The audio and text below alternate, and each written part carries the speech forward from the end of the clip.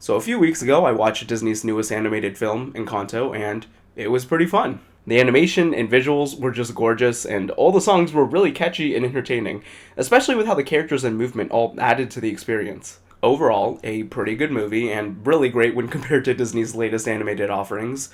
But I'm not here to just talk about Encanto itself today, and that's definitely not why you clicked on this video. So as Encanto began, I started getting this strange feeling in the back of my head that some of what was being introduced was somewhat familiar. And by the second verse of the first song, I knew what I was being reminded of, and hey, wasn't that kind of funny? But then a little past that first song, I was utterly convinced that what I was seeing and feeling was no mere coincidence, but in fact intentional on the part of the animation team. It got to the point where I started wondering if the story would end up going in the same direction as this thing I was being reminded of, and lo and behold, it did. And that is what I intend to prove here today, that Encanto is an adaptation of the 2017 video game, What Remains of Edith Finch.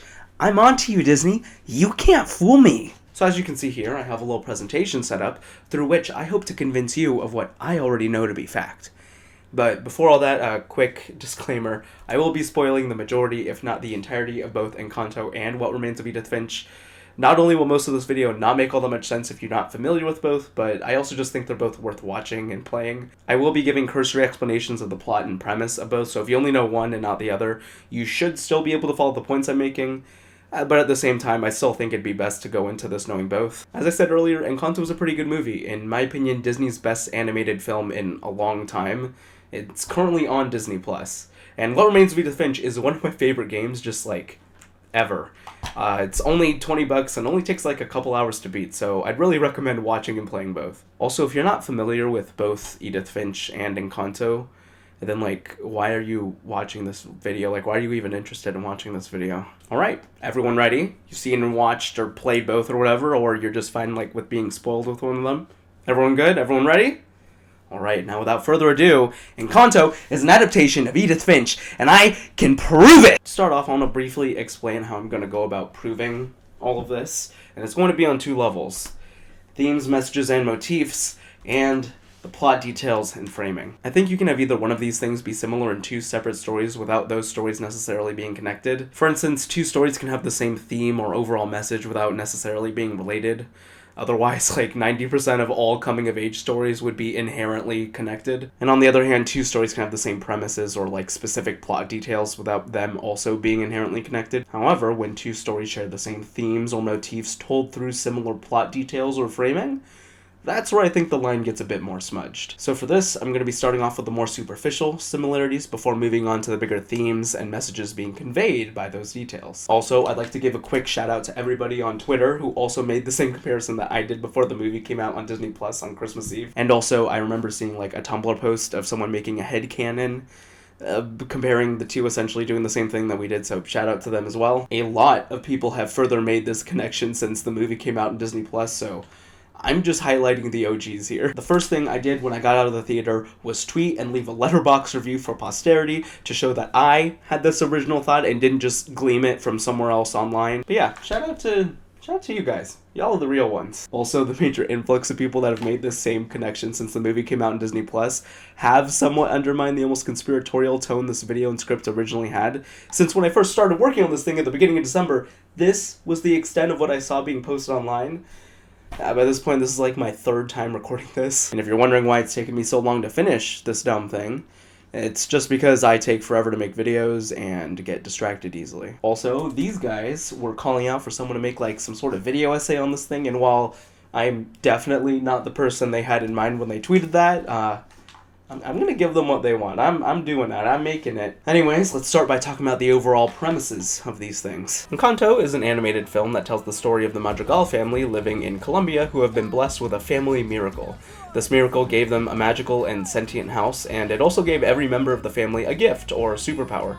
The main character of this movie is Mirabel, who is the only member of the family to have never gotten a power, and when the family's magic seems to be put at risk of disappearing, Mirabel takes it upon herself to try and figure out why the magic is disappearing. What Remains of Edith Finch is a 2017 video game developed by Giant Sparrow and published by Annapurna Interactive, which tells the story of the Finch family living on Orcas Island, Washington, who have been haunted for generations by a family curse. You play as Edith Finch, the last surviving member of the Finch family, who goes back to her childhood house to try and figure out the secrets of that family curse. Doors. Now, at first glance, these might not seem all that similar, besides both just having a family as their main subject, but believe me when I say that this is only the tip of the iceberg, or the tip of the house, as it were.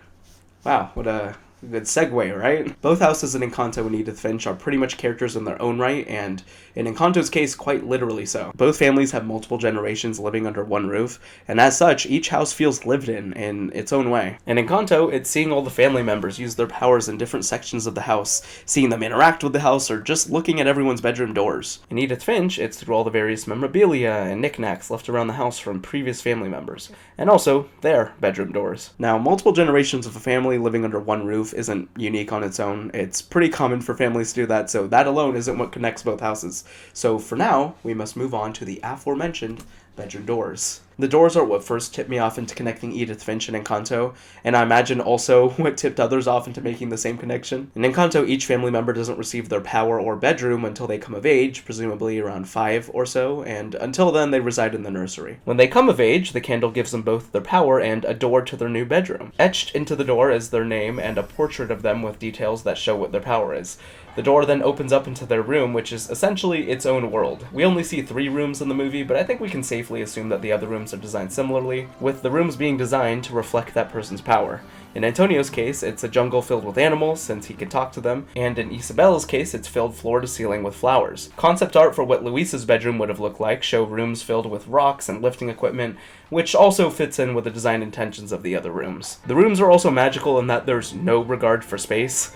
When I said they were their own worlds, I meant it literally. Now, in the Finch family household, the bedroom doors for each of the dead family members have been sealed up by Edith's mother, and Edith's grandmother, in retaliation, more on that later, drilled peepholes into the doors and affixed nameplates containing the person's name and the years they were born and died. And on top of that, some of the doors are also painted with murals that directly reflect the personality or interests of the person or people inside. The rooms themselves are the same, with each being decked out to match the person inside. And while it isn't abnormal for someone's bedroom to be decorated to their liking, Edith Finch takes it to the next level, with some of these rooms looking like they came off Extreme Makeover Home Edition. Barbara's room has displays of her movie awards and posters with a mural of the Hollywood sign. Molly's room is filled with posters and art of animals. Her dress has been outfitted with a tube and additional room for her hamster to explore.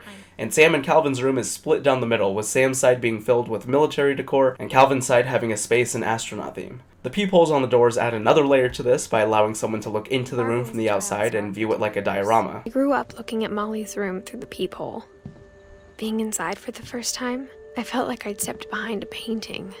Again, we're starting off with the more superficial similarities. The bedrooms were only what tipped me off initially, and from there it became pretty easy to make further connections between the two families, such as our next topic, the Madrigal family miracle and the Finch family curse. As I mentioned earlier, with the bedrooms in Encanto reflecting that person's gift, or the bedrooms in Edith Finch reflecting that person's talents or interests, that directly extends into both families' magical elements, i.e. the bedrooms in Encanto are related to the family miracle, and the bedrooms in Edith Finch are related to the family curse. In Encanto, it's pretty straightforward. The family miracle gave each person a gift, and as such, their door or bedroom reflect what their gift is. In Edith Finch, it goes a bit further. The Finch family curse dooms each member of the family to die an early death, and this alone is most directly represented on each family member's door, which has a nameplate that shows the year they died. Past that, while the rooms reflect the person's talents and interests, and not necessarily the specific ways in which they died from the family curse, we have to keep in mind that the Finch family are all deeply creative and passionate individuals. Nobody in the family just had a small hobby that they liked to do from time to time. No, they went full force into everything they did, with their hobbies and interests being completely intertwined with their day-to-day lives. And as such, a lot of the family members died in ways that were directly tied to those interests. Sam was into photography and hunting, and he died by being hit off a cliff by a deer he thought to be dead, with his death being captured in a picture. Molly wasn't just a fan of animals. When she died, she had some sort of illness-fueled dream where she dreamt she had transformed into multiple animals. Gus was a rebellious kid who liked flying kites, and he died while flying a kite in a storm because he was protesting his father's second marriage. Some of the family members also just had deaths that were romanticized to reflect that person's interests. Calvin wanted to be an astronaut, and his twin brother described his death as Calvin deciding to finally fly, even though Calvin just died by falling off a cliff from a swing. The rooms themselves don't directly depict that person dying from the family curse, but they sure do a good job at showing just how intertwined the family members' deaths were with who they were as a person. And that's not even speaking of the shrine set up in each room that each has a painted portrait of the family member, other various memorabilia further showing their interests, and a poem, story, or anecdote about the death itself, with that written work being the most direct connection from the bedrooms to how each family member specifically fell victim to the curse. Now, in both pieces of media, we're primarily introduced to each character through their gifts or interests. The opening song of Encanto serves to introduce each member of the family in a quick manner. Each family member is only given 2 to 3 sentences describing their powers before the song moves on to the next one. It isn't until later on that we learn anything else about these characters. And yes, I know that in every story ever created, characters get further characterization as the story goes on, but what I'm emphasizing here is what specifically about each character is introduced first and foremost. And in Encanto, it's their gift. Similarly, in Edith Finch, we learn about a good amount of the family members' deaths before we're given the chance to learn about them as characters. At the very beginning of the game, if you turn to your right and look at the missing persons poster, the first thing you learn is that Edith's brother Milton went missing. As you approach the house, you see a dragon-looking slide in the pond, and Edith remarks that her grandmother always told people that her husband was killed by a dragon, which we later learn means that he died falling off the slide while building it. Before we're even introduced to Lewis as a person, we learn who he is through the flyers for his funeral in the kitchen. I hadn't been back since my brother Lewis's funeral. The first thing we learn about many of these characters is their fate from the family curse. The family miracle or curse is the most prominent thing about these characters and what we should know about them before anything else. And not only that, but when we're introduced to these characters, we're introduced to the romanticized version of them and whatever their gift or fate from the curse was. In the opening song, Luisa and Isabella are introduced as super strong and reliable and graceful and perfect, respectively, and we learn in each of their musical numbers later that Luisa secretly feels crushed under the expectations of her family and the village, that it's gotten to the point where she's tied her own self-worth directly to how much she can help others, and spends all her time doing exactly that without leaving any time to take care of herself.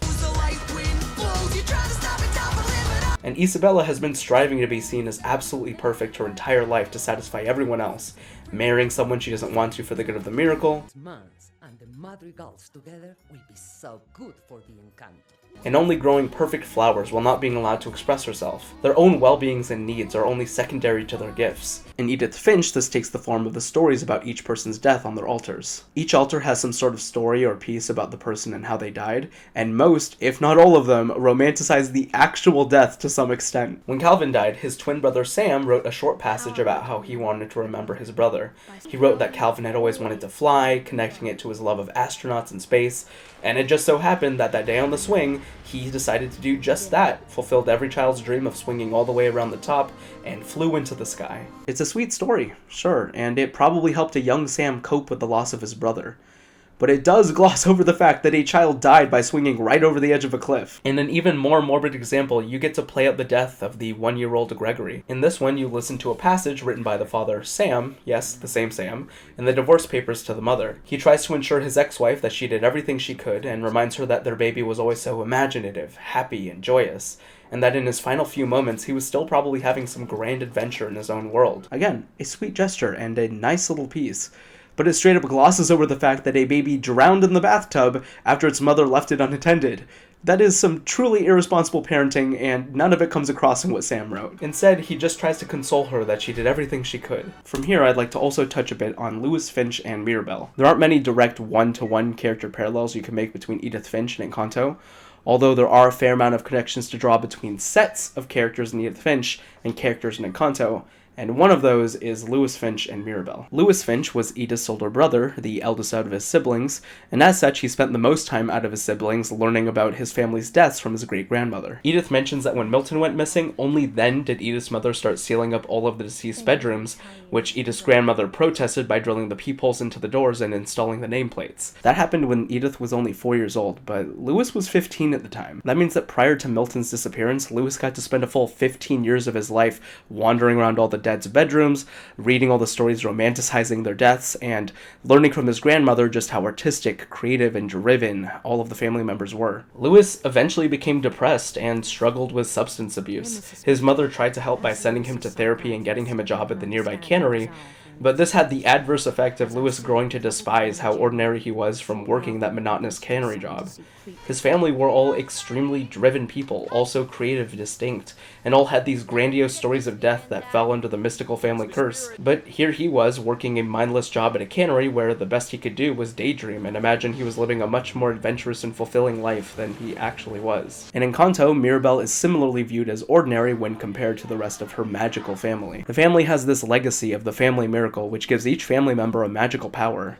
Yet, here she is, letting down the family by failing to live up to the expectations of the miracle. Both Lewis and Mirabel end up comparing themselves to the rest of their family specifically through the lens of the family curse or miracle, and it leaves them feeling less than. They diverge paths a bit here. In Mirabel's case, she just sings the sad musical number about how she feels since it's a Disney adaptation, but Lewis goes down a much more morbid path, ultimately being driven to commit suicide. While their endings were much different, regardless, they still had similar feelings of low self-worth due to their family's legacy. And speaking of Disney adaptations, if I could sidebar for a bit, I'd like to briefly touch on the concept of a Disney adaptation. When pieces of media are adapted, whether it be book to movie or movie to book or stage play to movie or whatever, it's never always one-to-one. You have adaptations that stick tightly to the source material without varying much, but some adaptations make significant changes to the source material while still retaining core elements of the original. Baz Luhrmann's Romeo and Juliet has the same Shakespearean dialogue as the play, but it's set in modern America in the 90s. Instead of warring political families, it's warring mafia factions. Instead of swords, it's guns. Now that's just adaptations in general, but when I say Disney adaptation,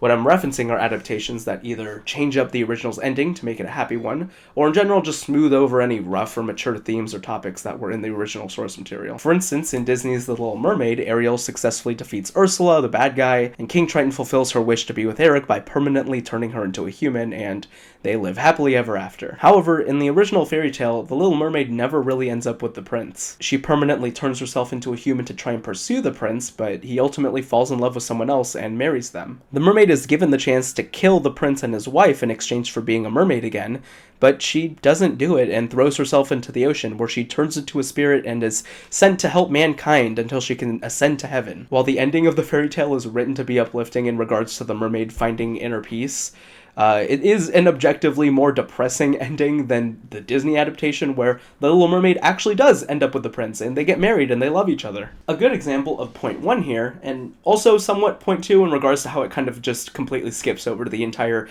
kill the prince and his new wife plotline, but a better example of point two here would be Pocahontas. The historical inaccuracies with Pocahontas have already been discussed to death, so I won't bore you with all the details. Just briefly, in Pocahontas, she's portrayed as much older than she was. In real life, she was only 11 years old, while John Smith was 28. In the movie, John Smith is portrayed as a kind and charismatic guy, but in reality was a pretty harsh and strict leader. And that's not even touching on the fact that there's not any real evidence that there was any sort of romantic relationship between the two characters, but I won't go into all that. But as you can see, it's a pretty good example of how in this adaptation, they smoothed over all the rougher aspects of the story, like the massive age gap or the mischaracterization of the actual people. These types of adaptations aren't unique to Disney or anything. Plenty of others do the same with their adaptations for the express purpose of making it suitable for children, but Disney was definitely the frontrunner of this type of adaptation and are still the only ones to do it so often. So I think the term Disney adaptation is still pretty apt. So when I call Encanto a Disney adaptation, I mean it in every sense of the phrase. This wasn't only an adaptation of Edith Finch, but specifically only one Disney could have effectively done in the way they did. In Edith Finch, there isn't actually any mythical family curse, but in Encanto, the family miracle is actually magical. Magic does exist here. As I said earlier in Edith Finch, Lewis's low self-worth drove him to commit suicide. But in Encanto, Mirabel is just driven to sing about it. Edith Finch is a game all about death, but in Encanto, the family miracle isn't nearly as morbid and just gives everyone neat powers. Tons of ironing out some mature themes and topics, as you can see here, and as for this first point with how it changes up the ending to make it a happy one, we'll get to that, but back to the original topic at hand. Dang it. I took a break, and now like the lighting's all weird because I just use like natural lighting and stuff, but hope you can still at least see the stuff on the screen. That's all that really matters. As I mentioned earlier, there aren't many direct one-to-one character connections you can make between Edith Finch and Encanto, but there are some sets of characters in Edith Finch that you can compare with characters in Encanto. Well, Bruno is another great character to draw some connections with, specifically between him and Walter and Milton Finch. Hello? Wake up, people! Nah, I'm only joking. Partially. Bruno is probably the most interesting character in Encanto, and also my personal favorite character. But then I imagine a lot of other people's favorite characters, so I don't know why I phrased that like a hot take. He was given the power to see the future, but ended up being ostracized from his family and the townspeople for giving them prophecies of bad events in their future. Rather than just take his predictions as what they were, just predictions, everybody starts blaming Bruno for their bad fortunes until eventually his name became associated with unfortunate events in general. All this disdain from everyone weighs on Bruno, and when Abuela asked him to see the future on the night Mirabel didn't get her gift, he saw a vision that implied that Mirabel herself might be responsible for the family's magic disappearing. Keyword might here. But despite that, Bruno assumed everyone would just think the worst of his vision and blame Mirabel. So he left his room and his family and lived inside the walls of the house so as to still physically be near them, repairing the cracks that formed in the house for 10 years until Mirabel finds him during the events of the movie. There's still more to discuss with regards to Bruno himself, but I'll leave it when I directly compare him to the two Edith Finch characters he most closely relates to, Walter and Milton Finch. I'll start with Milton since his comparisons are the most superficial. The aforementioned towers for both of them represent each character's connection to their family curse or miracle. For Bruno, it's his connection with his power. Not only is his room literally a representation of his power, as I mentioned earlier, but for him it also serves as a place for him to use his power. While he really only needs a wide open space to use his power, he'd presumably been solely using his room for his visions up until Mirabel finds him during the events of the movie. Look, even if I wanted to, which I don't, you wrecked my vision cave. As for Milton, his tower was a gift given to him by his great-grandmother. Milton was a talented painter, and his tower showcases his art in every corner. After Milton disappeared, the only thing he left behind was a room full of paintings. As for the tower's significance in his death, Edith says that things started to go downhill once Milton got that tower. The beginning of the end was Milton's 10th birthday, when Edie gave him a castle.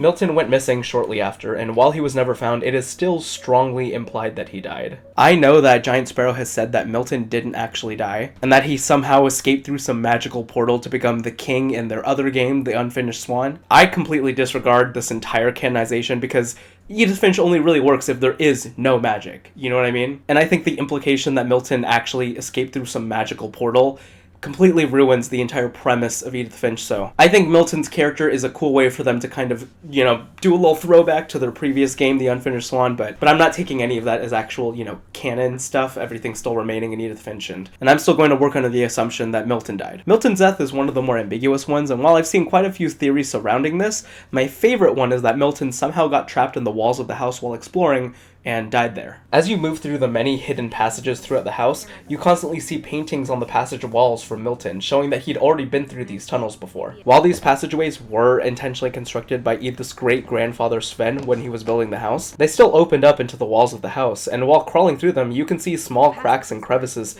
that lead into the other small corners of the house's frame. I don't think it's that far of a leap to assume that Milton got more adventurous himself and tried exploring parts of the house not meant to be explored, and then got stuck in the process. Milton's flipbook depicting him drawing a door and walking into it kinda helps support this theory. Back to the original point though, Milton probably wouldn't have had that sense of adventure and bravery to explore the other parts of the house if he hadn't been gifted that storybook-like tower from his great-grandmother. The tower itself was just Milton expressing himself through his art, and when his tower wasn't enough, he ventured out to leave his artistic mark in other places, e.g. the hidden passageways. Of course, it is just my own theory on this, but if true, it does help draw another similarity between him and Bruno, with both of them having gone missing at some point, but in reality, they were both just in the walls of the house the entire time. Now, for Walter. Walter and Bruno hold the most similarities in many ways, with the biggest being that they both left the family at some point while still residing in the house. In Walter's case, he had secretly retreated to an underground bunker beneath the Finch house and lived there secretly for 30 years, while Bruno hid and secretly lived in the walls of his house for 15. More on the quotation marks around secretly later. Delving further, both characters did so out of fear.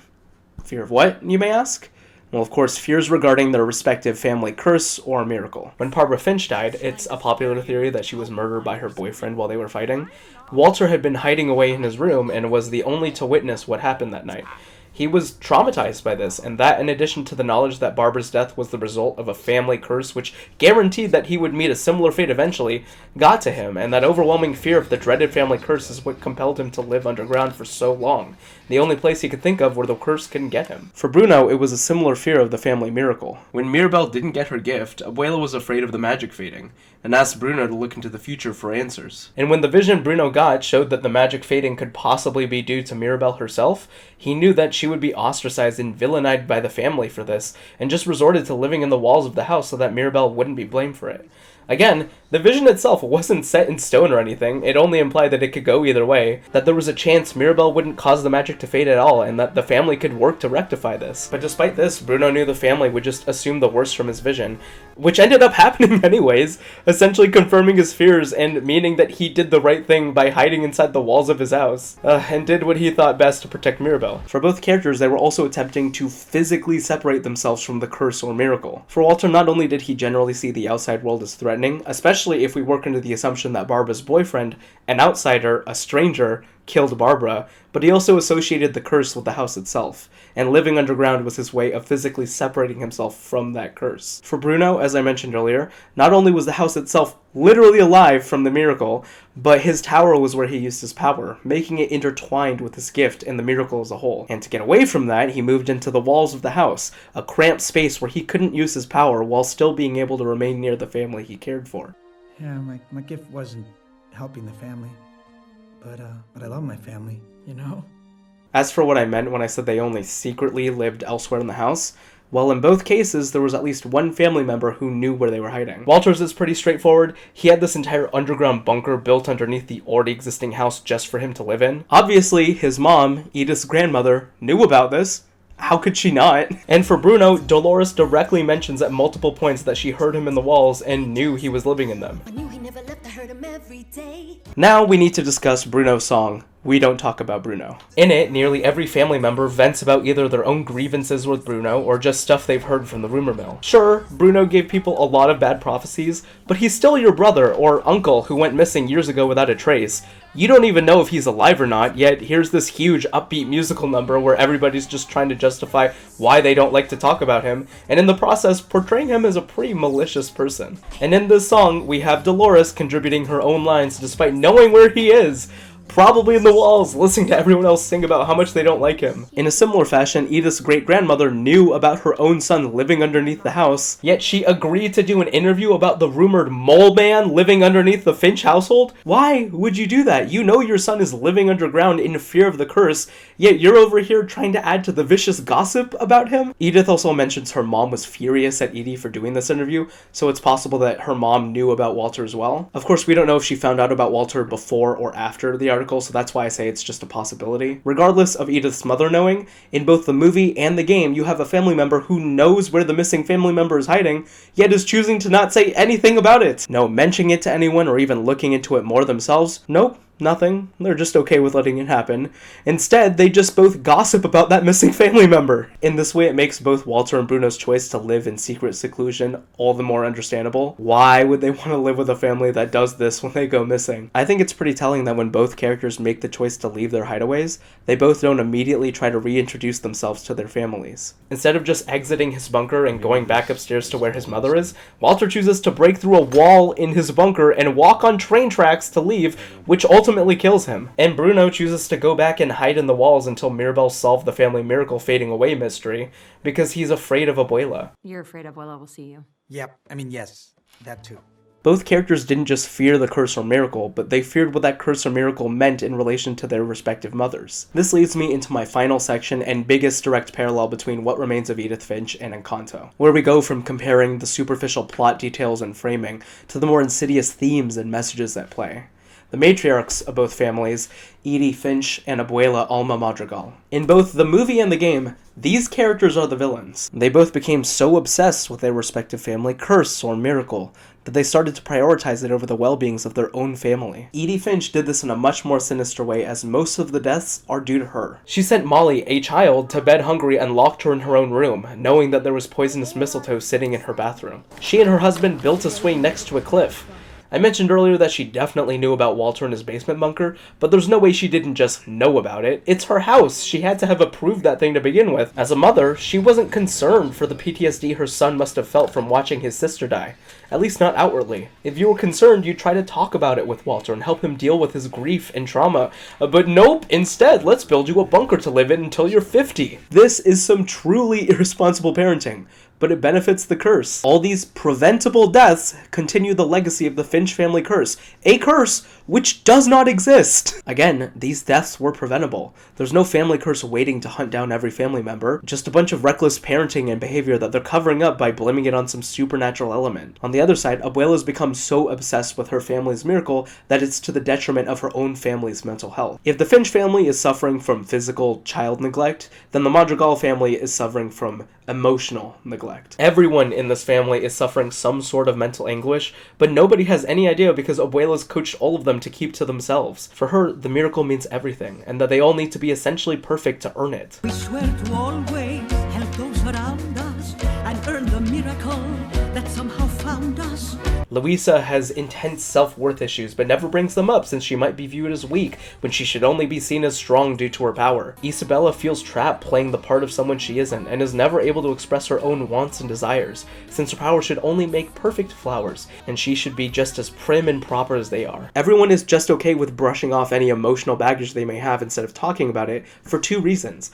One, to help the image of the family miracle, and two, to please Abuela. When Isabella is ranting at Mirabel about how she ruined the perfect night, the very first thing she lists is that Abuela was happy, before then saying that the family was too. Everything was perfect. Abuela was happy. The family was happy. Abuela's needs and wants come above anyone else's, and what Abuela wants is for their magic to be seen as strong and perfect. No blemishes. Which leads into the central conflict of the movie. Mirabel doesn't have a gift, and in a family that's known for every family member having one, that's a pretty big blemish to contend with, which leads to Abuela festering this deep disdain for Mirabel and how she fits in the family. For the entirety of the movie, Abuela spends it showing everyone that the magic is fine, everything is okay. No matter what's happening or whatever could possibly be going wrong, Abuela's priority is to assure the townspeople that the magic is fine. The family miracle is alive and well. Mirabel thought she saw the house cracking, which Abuela already knew about, but there's not actually anything there? Maybe you should look into that? Nah, just make a little joke for the townspeople to ease tensions. The magic is strong! And so are the drinks. Please, music! It makes it easier for Abuela to do this when she uses Mirabel as a scapegoat. She's the only one in the family that doesn't have a power. She's the outlier, so as such, she must be the reason that the magic is fading. Also that Abuela can focus on putting the miracle on this perfect pedestal for them to aspire to. Which she does! That gift ceremony at the beginning, it's a nice gesture, but ultimately is meaningless. The first time her children got gifts, it was just them and her in a room with their doors. But by the time Antonio gets his gift, it's ballooned into this entire public event for everyone to attend. All that really needs to happen is that that person needs to turn their doorknob and they get their power and their room. And that's it. All the ceremony, the speech, the vow, all made up by Abuela to portray the miracle as even more special than it actually is. It is a sweet gesture, an excuse to celebrate together. But the ceremony itself is more for the townspeople than it is for the family themselves. This contrast is made even more clear when you have Antonio nervous to walk down the procession for his gift ceremony. He's stressed out about the ceremony itself and also the possibility he might not get his gift. Mirabel does end up escorting him to help, but the family in town just react in shock, and Abuela looks just unhappy that Mirabel even did it to begin with. And why can't Mirabel help Antonio? Why is it such a bad thing that she's escorting him up the stairs because he's nervous? He's a child! Who says that the only person allowed to walk up to the door is the person receiving the gift? The ceremony itself is made up and is ultimately just a way to celebrate the family getting their gifts. All that matters is that Antonio turns that doorknob. It's all because it's just a show put on for the townspeople. You can't have anyone else walk down the aisle during the ceremony. That ruins the sanctity of the ceremony, of the miracle itself. Also, why in the world is Mirabel not in this family picture? If it's because she doesn't have a gift, the husbands don't have gifts, but they're in the picture? If the only reason is because she's technically a Madrigal by blood, but doesn't have a gift, so that's why she can't be in this dumb family photo, then that's an even worse instance of something meaningless meant to put the miracle on a pedestal. As for Edie Finch, what's the point of the nameplates on the doors and the shrines for each dead person? A shrine makes sense since it's a tribute to someone who's died, but why put the nameplates with the death dates on the doors? You put that on a gravestone, not a bedroom door. By my count, the death dates are listed 3 separate times. Once on the door, another on the tablecloth underneath the shrine, and another on the wooden portrait that is on every single shrine. That's some serious emphasis on a pretty morbid detail. She even put Gregory's nameplate on the door to the bathroom he died in. That's not even his bedroom, and past that, why would you want to highlight the room in which a 1-year-old drowned in the tub? And the stories on the shrines, why in the world would you put those there? Molly's diary might make sense since it's what she wrote the night she died, and maybe even Sam's letter about Calvin since it's his way of maybe grieving for his twin, but a pulpy comic portraying Barbara's death in a pretty disrespectful way? Why is that there? Why are the divorce papers for Gregory's parents on his shrine? Why would you keep and display this picture of the moment your husband fell to his death? Or even Sam for that matter too? Same as Abuela with the miracle, this is just Edie's way of propping up the family curse. It's her way of memorializing the curse itself as almost museum-like exhibits. It's her going, hey look, our family curse takes the life of everyone in the family, want to walk through the house and see how each person fell victim to it? Again, this curse isn't real. The only reason anyone believed it did was because of all these efforts Edie made to try and convince people that it did. With that, everyone, including both her family and the outside world. Just like how the Madrigal family miracle is known throughout the town, the Finch family curse is known throughout the world, and Edie helps keep this curse relevant through interviews and the like. As for both of them being the matriarchs of their families, well, this results in them having almost complete control over the other family members, spreading their own physical and emotional recklessness to the others. In Edith Finch, it's manifested in how every other member of the family is just extremely reckless, with no regard for their own safety. Gregory's mother left her 1-year-old baby son in the bathtub alone where he drowned. Sam let his son Gus fly a kite in a storm out of spite from his son's refusal to participate in his second marriage. And past that, Sam didn't even check to see if the deer his daughter killed was still alive before going up to it on a cliff for a photo op. Remember how I said the Finches were deeply creative people? Well, positioning yourself next to the edge of a cliff with a dead animal just for the perfect photo couldn't fit that description anymore. You see multiple family members with casts. Calvin has a leg cast, but still decides to swing. Edith's child, which you see at the beginning and end of the game, has a cast on his arm. Edith herself is just jumping around trees and crawling through tight passageways while pregnant. Sven cut through his hand with a saw blade. Walter was just fine walking on train tracks. Edie mixed her prescriptions with alcohol against her doctor's orders. Hell, even the construction of the house itself is incredibly dangerous. The top of the house is just a series of open walkways between buildings, and I imagine those pathways would be deadly in the rain, which the game is set in Washington. It probably rains constantly there. Some truly reckless behavior on all sides of the family, and it's a learned thing. Edie herself was a pretty irresponsible parent, and I imagine for the Finches growing up, learning about this family curse that pretty much reduces their own death into an inevitability, well, that probably didn't have great lasting impressions on how they should value general safety. They're going to die early deaths anyways, and in a way it's their right to, as a Finch, so it doesn't really matter that they throw general caution to the wind in their day-to-day lives. As for the Madrigals, well, the way Abuela brought them up essentially taught them that their sole purpose in life was to earn the gift they'd been given, to be helpful and perfect for the townspeople, and to not do anything that might go against that. When Louisa comes home distressed from the fact that she's losing her power, Abuela's first concern is for Mirabel to stay away from her until she can talk to her herself. Stay away from Luisa until I can talk to her. Tonight, we can't have any more problems. Not only does it demonstrate her general distrust for Mirabel, but it also shows how much of the family she has a say over. She's the one to report to. She's the one they all need to please first and foremost. Abuela was happy. And, talking about Louisa, her entire musical number is about being crushed from expectations.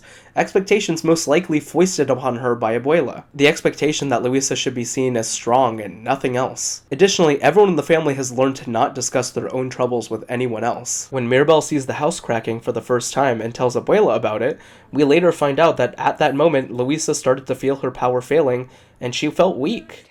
When you saw the cracks, I felt weak. Well, presumably that means that everyone else in the family had their powers flicker for a moment. I mean, we see all the doors in the house all flickering. Louisa was not the only one to feel something. And while Louisa's gift was the most physical out of everyone else's, hence why she was the one to notice it and sing about it, some of the other family members should have definitely felt something. Dolores' hearing probably got worse for a moment.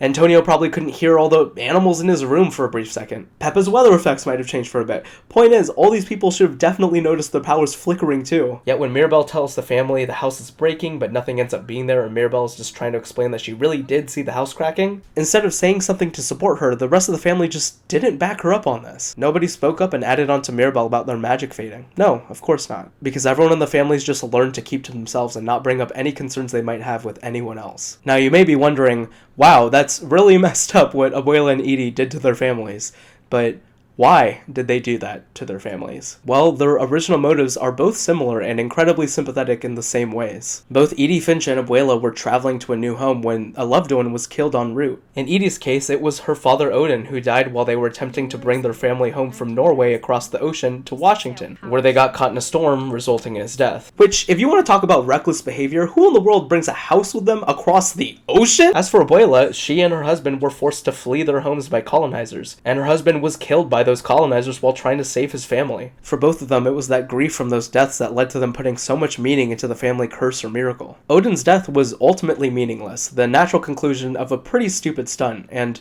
now Edie was alone in a new country with her husband and baby, with no house either. This would have been hard enough to deal with, especially with a death so preventable. But it does make it easier to swallow when you just attribute that death to the family curse. And past that, if we work under the assumption that Molly's death was really an accident in the truest sense, she was the first of Edie's children to die, and her death ultimately being Edie's fault must have been a tough thing to accept. But that also would be so much easier to accept if you just had a family curse to blame it on. And I'm sure it started off innocent enough. Edie was looking for some meaning in some meaningless deaths, and framing them in the grand scheme of a family curse where you're able to memorialize their deaths made that grief easier to deal with. And for Abuela, her husband was killed by ruthless colonizers while they were fleeing to just find a new home. He did sacrifice himself to save her and her children, but at the end of it all, his death was just a painful tragedy that shouldn't have happened in the first place.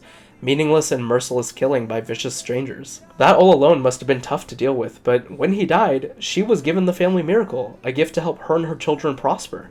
It literally gave them the home they've been traveling to find. Not only did his death not seem as pointless and bleak anymore, but in a way he was still living on with them through the family miracle, and Abuela hadn't lost him completely. Both had pretty innocent and sympathetic beginnings in regards to how they treated their family curse or miracle. For both, viewing their losses through the lens of a family curse or miracle helped them deal with the grief that comes with losing a family member so quickly. But soon enough, that slowly transformed into what we know them as. Edie eventually started using the family curse as a scapegoat, and started blaming all her family's preventable deaths on that family curse, and reveled in the attention she got from it. Suddenly, it wasn't a way to deal with her grief anymore, but something she could romanticize and spread to every new member of the family. Their curse was the family legacy, and everyone had to contribute to it by dying. As for Abuela, her reverence for the family miracle grew so large that she started prioritizing it over the well-being of her own family. It wasn't just a miracle given to them to help them prosper, but it was now this perfect, miraculous boon that the family had to live up to be worthy enough to earn. By this point, both matriarchs couldn't allow themselves to let go of the meaning they'd attributed to their family curse or miracle. Doing so would mean that they'd fully need to grieve over the loss of their loved ones, and in Edie's case, to accept that those deaths were her fault, and for Abuela to fully let go of her husband. But no, instead these obsessions grew to the point that each family was living in pretty unhealthy ways,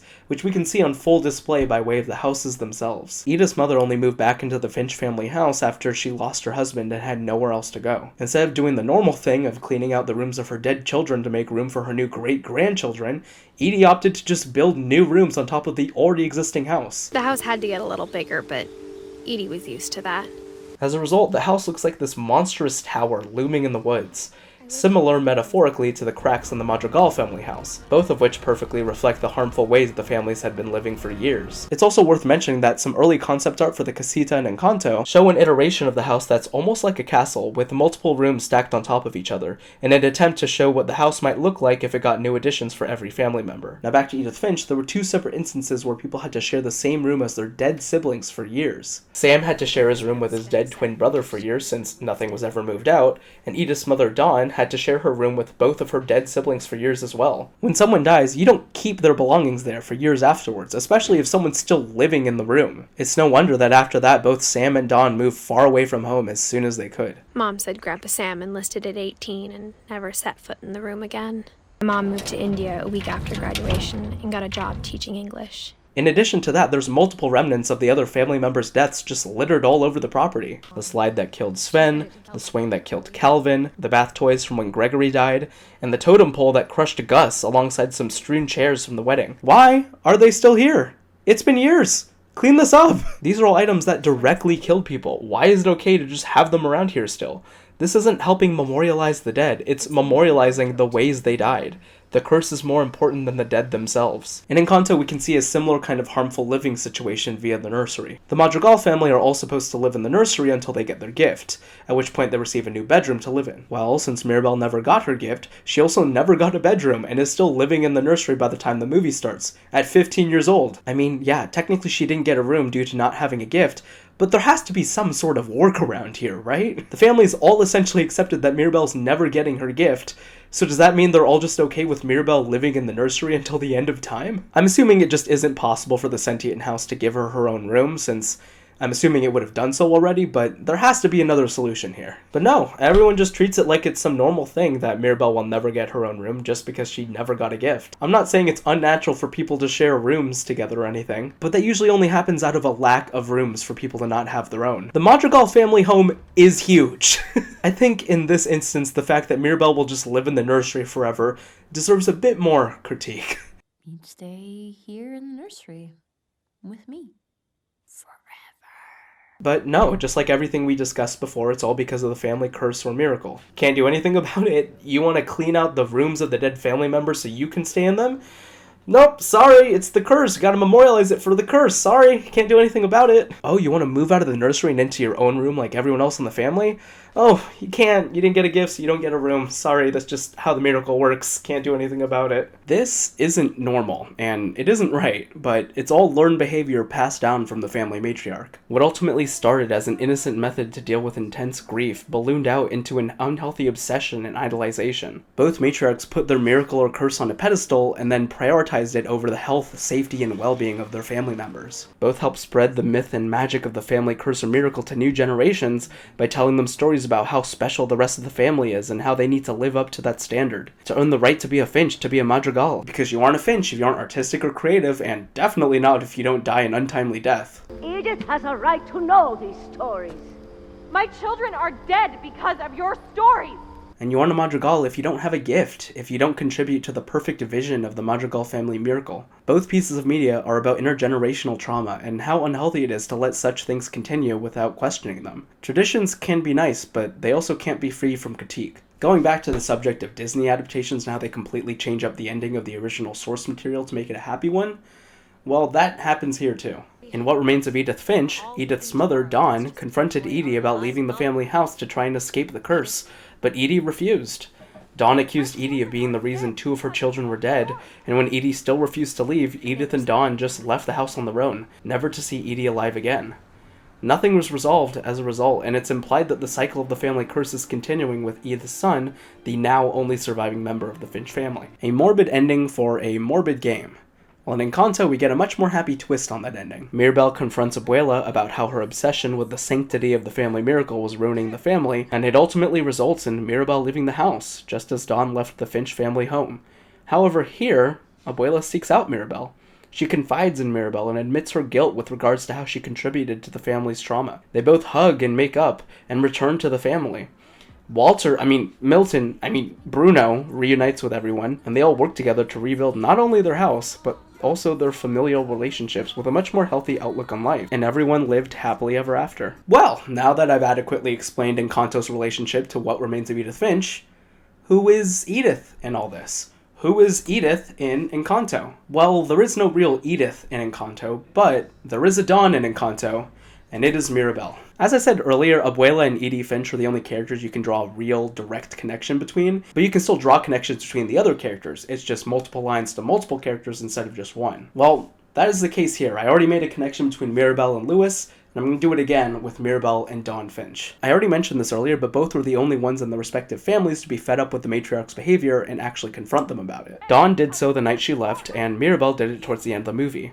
Mirabel's parents were the only other ones who kind of stood up to Abuela, however in that instance it was much less heated and confrontational as Mirabel. And also, as mentioned before, said fight resulted in both of them leaving the family house. Under different circumstances, but still.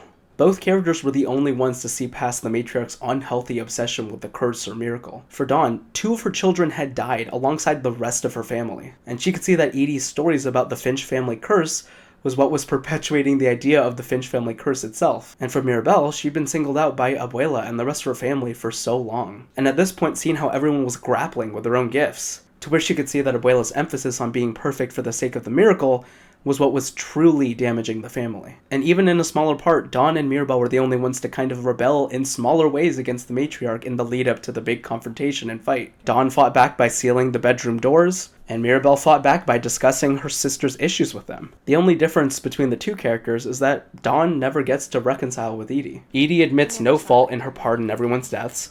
They both die and never see each other again, but Mirabel does get the chance to mend things with Abuela.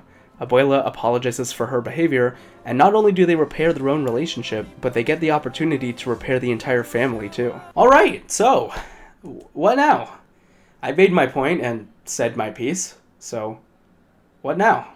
In early 2021, pop singer Olivia Rodrigo released her sophomore album, Sour, and the second single released in the lead-up to the albums was a song titled Deja Vu. The song itself was a hit, charting in the top 10 of the Billboard Hot 100 on its release. Fans liked the song, I liked the song, and something some fans noticed was that some parts of the song, most notably the bridge, sounded pretty similar to Taylor Swift's Cruel Summer. Olivia Rodrigo hadn't been quiet about her inspirations for the album in the months leading to and after release, and she was very vocal about Cruel Summer's influence on Deja Vu specifically. But I wanted like the last bridge to kind of like go crazy, and I love Cruel Summer. It's one of my favorite songs ever. And a couple months after release, Taylor Swift, Jack Antonoff, and St. Vincent, the writers for Cruel Summer, were given writing credits for Deja Vu due to interpolation of Taylor Swift's song. Interpolation is when a part of a song is re-recorded for use in another as a kind of alternative to just straight up licensing the original audio, and it's pretty common in the music industry, so this situation isn't unique on its own, but what was unique was Rodrigo's openness about it all. And I remember being like, okay, I want to make art like that, I want to make art like Lorde. The fourth track on the album, One Step Forward, Three Steps Back, also gave credit to Taylor Swift and Jack Antonoff for interpolating Swift's song New Year's Day, and in probably the most well-known instance, the third single, Good For You, gave writing credits to Hayley Williams and Josh Farrow for interpolating the Paramore song Misery Business. In all three instances, Rodrigo herself had been pretty open about her inspirations, and that in itself was really refreshing. Her team had already been in contact with Paramore's team before the album came out, so it wasn't like they only gave them writing credits due to pressure from them or anything. No, it's just Rodrigo being open about her inspirations for it all, and the correct people being given credit for that without much hassle. That's what I think I'd like to happen in regards to Encanto and Edith Finch. Just some transparency from them, that someone on that writing team played that game, which I know to be true. Someone on that team definitely played that game! Just some openness regarding where the inspiration came from so that we, or I, can move on. I'm not even asking for anything drastic like writing credits, because obviously that wouldn't happen. But I think I am asking for someone to acknowledge all this, so I know I'm not going crazy and didn't just waste all my time for not. Or at the very least, it'd be cool for Encanto to be added to the Wikipedia page for video game movies, I'm just saying. Anyways, thank you for watching this. At this point, I'm not even sure how long it's going to be, but with how long the script is, I kinda have a good idea. Just to wrap stuff up, What Remains of Edith Finch is one of my favorite games ever, and if you still haven't played it, yet you watched this entire thing, what are you doing? Go play it! And I really enjoyed Encanto. I mean, at this point, I've seen the movie 3 times, so if I didn't like it, I'd probably just hate myself by forcing myself to watch it that many times. Again, the visuals, gorgeous, the music, catchy and great. And I listened to the soundtrack while making this. This is just my own take, but this is my own ranking of the songs in the movie. I don't think it's anything controversial. Like, I think people generally like We Don't Talk About Bruno the most, and I think these two are also pretty popular. I don't know, are people gonna get mad at me for ranking Waiting on a Miracle at the bottom? I'm sorry, it's a good, fine song. It's just kind of a generic solo ballad. I love Stephanie Beatrice, though. She did a great job. Well, I hope I was able to open your eyes to the truth, and if you'll stay tuned for my next presentation, Encanto is an adaptation of My Hero Academia, and I can prove... Also, if you're looking for more Encanto content, in the midst of making this, I did a tier ranking of all the family members, not based off of them as characters, but on whether I'd want their power or not. So if you're interested in that, I'll put it in the end card or description or whatever.